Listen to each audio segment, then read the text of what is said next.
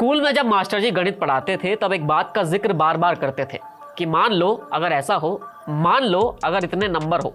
ये मान लो वाली कहानी बड़े मजेदार थी क्योंकि स्कूल से निकलकर आगे बढ़े तो मालूम पड़ा कि इसकी तो एक अलग ही दुनिया है जिसे फिक्शन और नॉन फिक्शन के तराजू में तोला जाता है।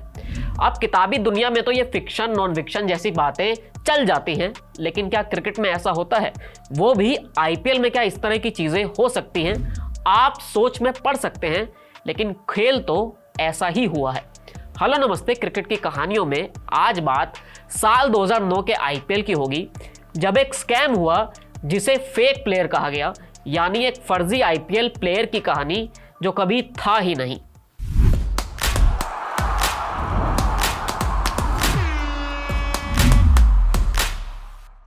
दो 2009 का आईपीएल साउथ अफ्रीका में हुआ था क्योंकि भारत में चुनाव होने थे और उसके चक्कर में आईपीएल को बाहर शिफ्ट करना पड़ा। साउथ अफ्रीका में आईपीएल हुआ जिसे डेक्कन चार्जर्स यानी कि हैदराबाद ने जीता था, लेकिन पॉइंट्स टेबल में सबसे निचले स्थान पर जो टीम थी वो कोलकाता नाइट राइडर्स थी। 14 मैच में सिर्फ 3 मैच में उन्हें जीत मिली और 11 मैच में हार मिली। कोलकाता के लिए शुरुआती दोनों सीजन एक तरह से बेकार ही गए थे और इस टीम के मालिक शाहरुख खान थे। लगभग हर मैच में वो अपनी टीम को सपोर्ट करने के लिए आते थे, लेकिन हाथ तो निराशा ही लगती थी क्योंकि टीम जीत नहीं पा रही थी। खैर, कोलकाता का बुरा हाल था। ये वक्त जब इंटरनेट भी बूम कर रहा था और उस वक्त व्लॉग नहीं बल्कि ब्लॉग चला करते थे। तभी एक नया ब्लॉग सामने आया जिसकी चर्चा हर ओर होने लगी थी। इस ब्लॉग का नाम था द फेक आईपीएल प्लेयर और उसी नाम से ये ब्लॉग आगे बढ़ता भी गया। बेंगलुरु की एक प्राइवेट कंपनी में काम करने वाले अनुपम मुखर्जी ने इस ब्लॉग को बनाया था।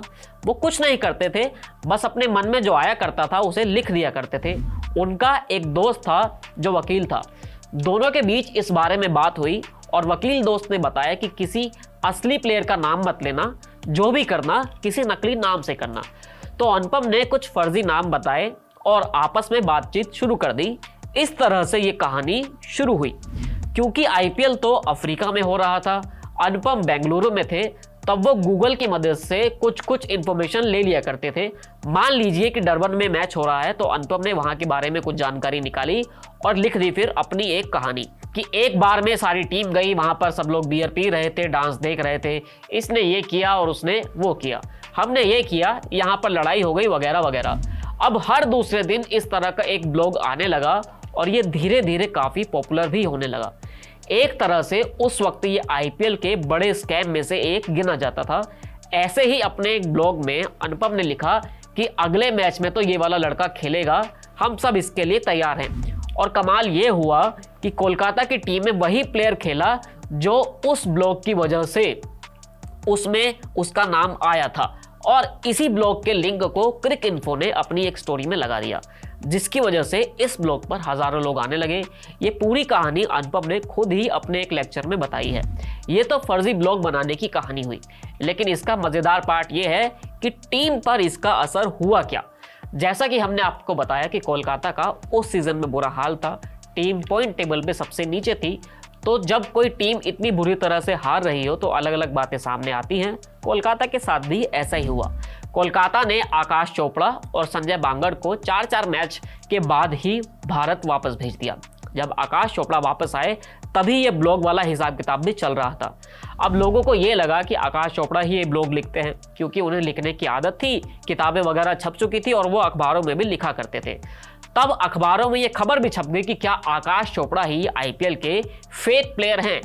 इसी सीजन में एक प्लेयर अनुरीत सिंह आए थे जिन्हें सिर्फ एक ही मैच खिलाया गया।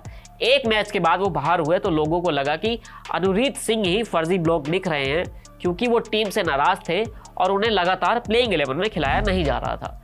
मजेदार बात तो ये हुई कि अनुरीत सिंह के पिता बेचारे टीवी पर इंटरव्यू दे रहे थे कि नहीं, हमारे बेटे ने ऐसा नहीं किया है।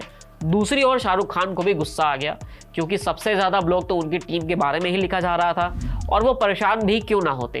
शाहरुख ने कहा कि यह निहायत ही गलत हरकत है क्योंकि आप इस तरह किसी टीम के बारे में कुछ भी लिख रहे हैं और इसका असर टीम पर पड़ रहा है। खैर, कुछ वक्त के बाद ऐसा ब्लॉग लिखने वाले अनुपम मुखर्जी ने दुनिया को बताया कि भाई ये मैं ही था जो ये ब्लॉग लिख रहा था, ना मैंने किसी का नाम लिया ना ही किसी पर आरोप लगाया, ये सिर्फ एक फिक्शन ब्लॉग था।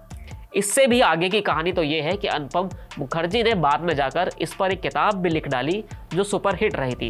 वैसे अनुपम मुखर्जी ने अपने ब्लॉग में सिर्फ कोलकाता की टीम की बात नहीं की थी, बल्कि वो आरसीबी की पार्टियां, पंजाब के बवाल और बाकी मसलों पर भी ब्लॉग लिखा करते थे। पर क्योंकि वो खुद बंगाल से आते थे, उस सीजन में सबसे ज़्यादा बेड़गरक भी उसी टीम का हुआ था, ऐसे में उन्होंने केकेआर को ही चुना और इस तरह आईपीएल को उसका पहला एक हॉक्स भी मिला जो साल 2009 में आया था। क्रिकेट की इस कहानी में इतना ही। आप हमारे साथ जुड़े रहिए, फिर मिलेंगे एक नई कहानी के साथ। शुक्रिया।